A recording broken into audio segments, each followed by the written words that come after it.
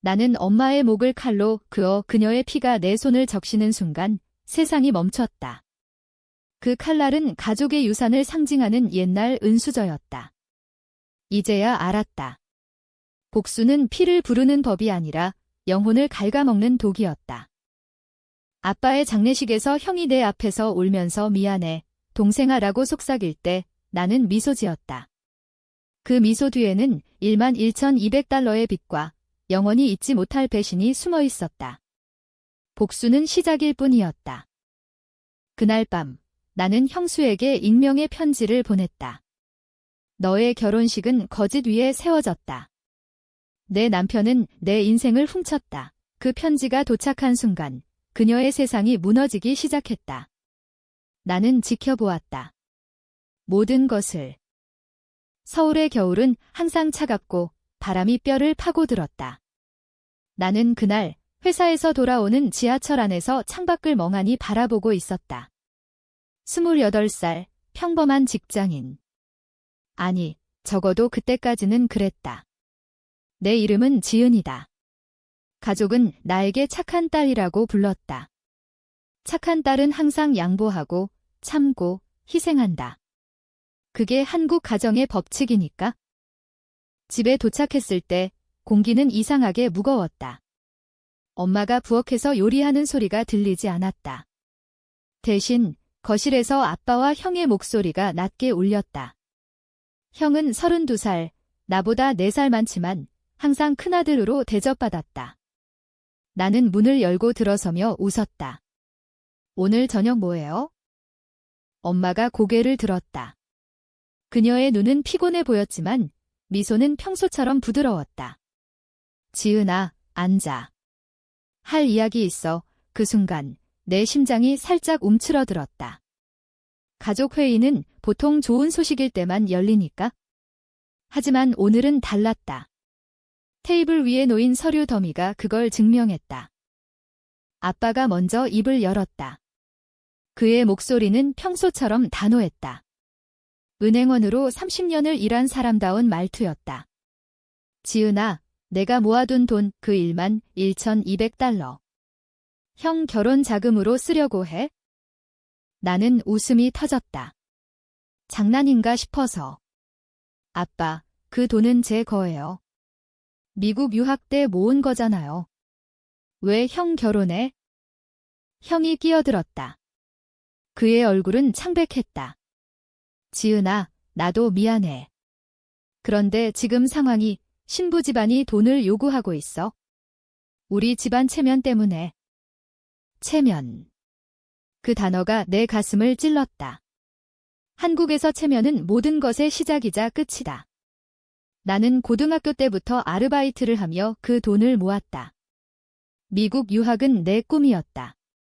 그 돈으로 나는 자유를 샀다. 그런데 이제 형의 결혼식 한 끼에 날아간다. 엄마가 내 손을 잡았다. 그녀의 손은 따뜻했지만 그 안에는 차가운 계산이 숨어 있었다. 지은아, 내가 제일 착하니까 이해할 거지? 나중에 형이 갚을 거야. 가족이잖아. 가족. 그 단어가 내 목을 조였다. 나는 고개를 끄덕였다. 아니, 고개를 끄덕이는 척했다. 그날 밤, 나는 방에 들어가 문을 잠그고 울었다. 하지만 눈물이 마른 후 분노가 피어올랐다. 왜 나만? 왜 항상 나만 희생해야 해? 다음 날 나는 은행에 갔다. 통장을 확인하니 이미 돈이 빠져나가 있었다. 11,200달러. 정확히 그 금액. 서명은 내 이름으로 되어 있었다. 엄마의 필체가 보였다. 그녀가 도와준 거였다. 아빠와 함께. 나는 집으로 달려갔다. 문을 열고 소리쳤다. 이게 무슨 짓이야? 엄마는 부엌에서 고개를 들었다. 지은아, 왜 그래? 어제 동의했잖아. 동의 안 했어요. 이건 도둑질이에요. 아빠가 자리에서 일어났다. 말 조심해. 가족에게 도둑질이라니. 형은 침묵했다. 그의 눈은 피했다. 나는 그 순간 깨달았다. 이건 계획이었다. 그들은 나를 속였다. 내 미래를 훔쳤다. 나는 짐을 챙겼다. 이제 끝이에요. 가족 끝 문을 쾅 닫고 나왔다. 서울의 거리는 여전히 차가웠다. 하지만 내 가슴은 불타고 있었다. 복수. 그 단어가 머릿속을 맴돌았다. 그 후로 한 달이 지났다. 나는 작은 원룸으로 이사했다. 직장은 그대로 다녔지만 마음은 이미 변했다. 형의 결혼식 초대장이 도착했다. 가족 모두 모이는 자리라고 적혀 있었다. 나는 웃었다. 갈 거야. 하지만 내 방식으로. 결혼식 날, 나는 검은 드레스를 입고 도착했다. 신부는 아름다웠다. 형은 행복해 보였다. 하지만 나는 그들의 눈에 보이지 않는 독을 준비했다. 술잔을 들며 나는 속으로 중얼거렸다. 이게 시작이야. 식장에서 나는 신부에게 다가갔다. 언니, 축하해요. 형은 좋은 사람이에요. 그녀가 미소 지었다. 고마워, 지은 씨. 나는 그녀의 손을 잡고 속삭였다. 하지만 모든 게 완벽한 건 아니에요. 그녀의 눈이 살짝 흔들렸다. 그날 밤 나는 익명의 이메일을 보냈다. 형의 회사 상사에게. 김태준 씨의 재정 문제. 가족 내 불화로 인한 도덕적 결함 증거는 첨부했다. 은행 서류 복사본. 형의 경력에 금이 갈 터였다. 하지만 그건 시작에 불과했다. 나는 더 깊이 파고들었다. 엄마의 비밀을 알게 됐다. 그녀는 과거의 불륜을 저질렀다. 아빠가 모르는 이야기. 나는 그걸 파헤쳤다. 형수의 가족 배경도. 그들은 부유했지만 어두운 비밀이 있었다. 빚, 사기. 내 삶은 이제 복수로 물들었다. 매일 아침 나는 거울을 보며 물었다. 이게 정말 내가 원하는 거야? 대답은 항상 같았다. 그래. 그들이 시작했으니까. 시간은 독이었다. 달콤하지만 치명적. 형의 결혼 후 한 달, 그의 삶은 서서히 무너지기 시작했다. 회사에서 경고를 받았다. 재정관리에 문제가 있다는 이유로. 그는 나에게 전화했다. 지은아, 너 그랬어. 나는 차분하게 대답했다.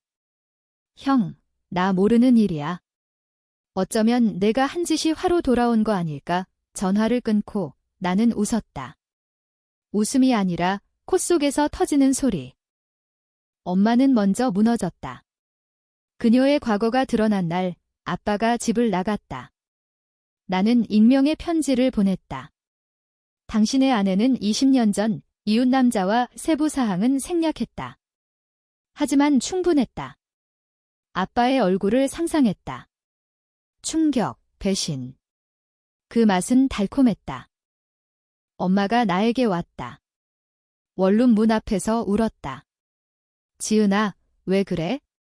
엄마가 잘못했어. 용서해줘. 나는 문을 열고 그녀를 들였다. 그녀의 눈은 붉었다. 잘못. 엄마, 그 돈은 내 인생이었어. 유학, 꿈, 모든 거. 그녀가 무릎 꿇었다. 미안해. 형이 울면서 부탁해서. 형. 아니면 체면. 한국 엄마의 체면, 내 목소리가 떨렸다. 분노가 아니라 슬픔이었다. 왜 나를 버렸을까? 그녀가 가고 난 후 나는 창밖을 보았다. 한강이 반짝였다. 서울의 밤은 아름다웠지만 내 마음은 어두웠다. 복수는 나를 삼키고 있었다. 친구들은 물었다. 요즘 왜 그래? 피곤해 보이네. 나는 웃었다. 아무것도 아니야. 다음 타겟은 형수였다. 그녀의 이름은 수연. 아름답고 야심차다. 그녀의 가족 회사는 작은 중소기업. 나는 그 회사의 약점을 파악했다. 세금 탈루 의혹. 나는 익명의 제보를 했다. 국세청에. 수연이 나에게 전화했다. 지은 씨, 이게 무슨 일이야? 우리 회사에 감사 들어왔어. 나는 놀란 척했다. 언니, 나도 모르겠어. 어쩌면 누군가 원하니. 그녀의 목소리가 갈라졌다. 너 형수랑 싸웠어? 싸우다니. 우리는 가족이잖아요. 나는 전화를 끊었다. 그날 밤, 나는 잠을 이루지 못했다. 수연의 울음소리가 들리는 듯 했다. 그녀는 무죄였다. 하지만 형의 아내로서 그녀는 일부였다. 형은 이제 나를 찾아왔다. 카페에서 만났다. 그의 얼굴은 수척했다. 지은아, 제발 멈춰. 이건 가족을 파괴해. 나는 커피를 홀짝였다. 가족. 그 가족이 날 파괴했어. 11,200달러는 숫자가 아니야. 내 미래였어. 그가 손을 뻗었다. 갚을게. 다 갚을게. 늦었어. 이제 내가 느껴봐. 배신의 맛. 그가 떠난 후 나는 창밖을 보았다. 사람들이 바쁘게 오갔다. 서울의 리듬. 나도 그 일부였다. 하지만 이제 나는 그림자였다. 복수의 다음 단계는 아빠였다. 그는 은행에서 은퇴했다. 하지만 그의 명성은 깨끗했다. 나는 그의 동료에게 소문을 퍼뜨렸다. 김 씨가 딸 돈을 훔쳤다. 작은 속삭임이 퍼졌다. 그의 친구들이 피했다. 아빠가 편지를 보냈다. 지은아, 내가 한 짓이야. 왜 아빠를? 나는 답장을 썼다. 아빠, 그 돈 서명할 때 생각했어? 내 이름으로. 그 편지를 보내고 나는 울었다. 진짜 눈물이었다. 가족이 무너지는 게 기쁨이 아니라 고통이었다. 하지만 멈출 수 없었다. 그들은 먼저 시작했다. 봄이 왔다. 벚꽃이 피었지만 내 마음은 여전히 겨울이었다. 형의 결혼 생활은 균열이 갔다. 수연이 이혼을 요구했다. 내 가족 때문에 내 인생이 망쳤어. 그녀의 말이었다. 형은 나에게 전화로 울었다. 지은아, 수연이 떠나. 제발 도와줘. 도와. 내가 왜? 우리가 잘못했어. 인정할게. 나는 침묵했다. 인정. 그게 복수로 충분할까? 형, 이제 내 차례야. 나처럼 혼자 살아봐. 전화를 끊고 나는 직장에 갔다. 내 삶은 정상처럼 보였다. 동료들은 지은 씨, 요즘 예뻐졌네 라고 말했다. 스트레스가 날카롭게 만들었나 보다. 하지만 밤이 되면 악몽이 왔다. 엄마의 피곤한 미소, 아빠의 단호한 목소리, 형의 창백한 얼굴. 나는 심리 상담을 받기 시작했다. 상담사는 물었다. 왜 복수를 하세요? 공정하게요. 그들이 날 훔쳤으니까. 공정. 그건 파괴예요. 당신 자신을 먼저요. 그 말이 가슴을 찔렀다. 나는 집에 와서 거울을 보았다. 눈 밑 다크서클, 창백한 피부. 복수는 나를 먹고 있었다. 하지만 포기할 수 없었다. 다음 계획은 엄마였다. 그녀는 이제 혼자 살았다. 아빠는 별거 중 나는 그녀의 이웃에게 소문을 퍼뜨렸다. 김 여사가 돈을 훔쳤다. 동네 아줌마들이 그녀를 피했다. 그녀의 전화가 왔다. 지은아, 동네 사람들이 이상해. 너 때문이야? 엄마, 나 때문. 엄마가 시작했잖아. 그녀가 흐느꼈다. 엄마가 미쳤어. 용서해. 돈 갚을게. 돈. 그건 이미 늦었어. 엄마의 체면, 그게 무너지는 게 복수야.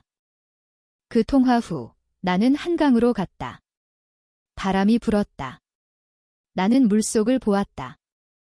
모든 걸 던지고 싶었다.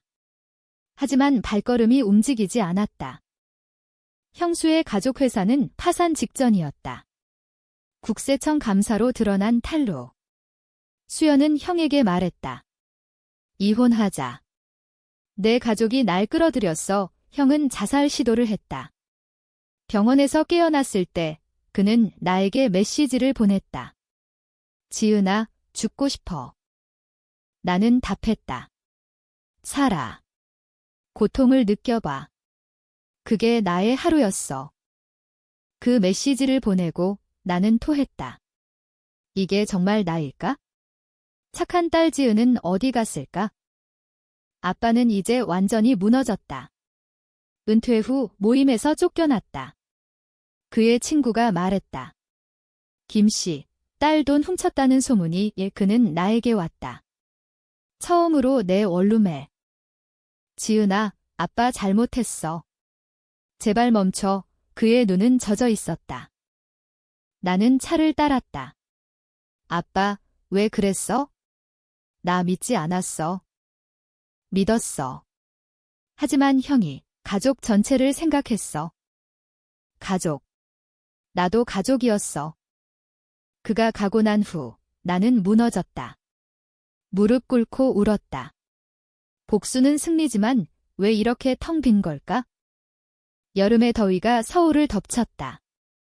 땀이 흘렀지만 내 마음은 여전히 얼음이었다. 형은 병원에서 나왔다. 수연은 떠났다. 이혼 서류가 나왔다. 그는 나에게 찾아왔다. 지은아, 이제 끝내자. 다 잃었어. 그의 눈은 공허했다. 끝.